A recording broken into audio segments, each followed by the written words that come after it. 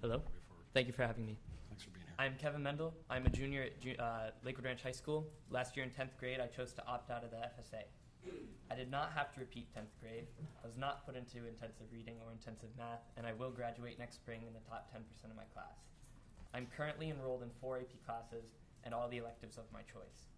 The FSA is not a graduation requirement. Concordant scores on the ACT and SAT can be used. A 19 on the ACT and a 400 on the reading portion of the SAT can be used in place of the reading FSA. Please tell principals to please stop telling parents that there will be dire consequences for any student who opts out of the FSA. 3rd and 10th grade years are retention years. I was not retained because the FSA is not the sole determiner of promotion to the next grade. It is stated clearly in the Florida Statute 1008.25. You will be promoted to the next grade if concordant scores, your grade, or portfolio of work shows that you are performing at or above grade level. I know principals need to show improvement in test scores and their school grade to receive an increased pay or just to keep their jobs, but this puts them in a bad position. It reduces students to nothing but a single test score on a piece of paper taken from a test with stakes attached to it that are inappropriate for anyone to measure up to. This test is a flawed measure that was questionably validated and never field tested.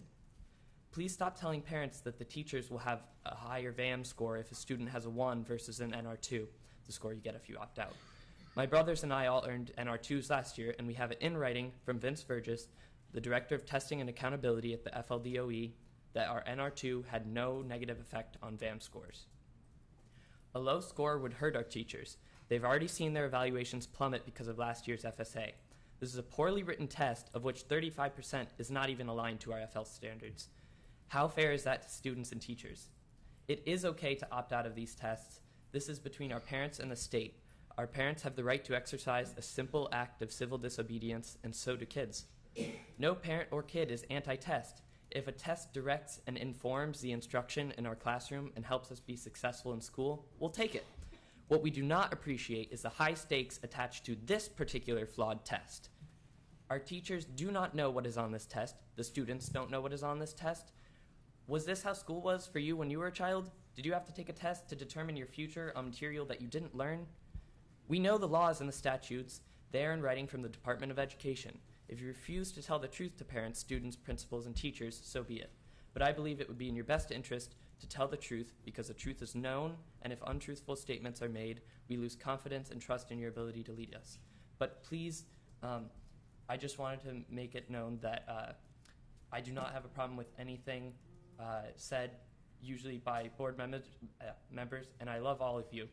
But I don't appreciate being part of just being a pawn in this political game of test and punish and corporate profiteering, because that's what's going on here. Many of our senators and legislators have money involved in for-profit charter schools, and they want to bet against our public schools that we will fail, so that we believe that their option is the only option.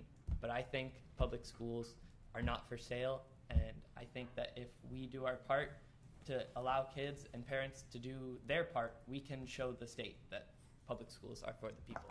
Thanks a lot, Kevin.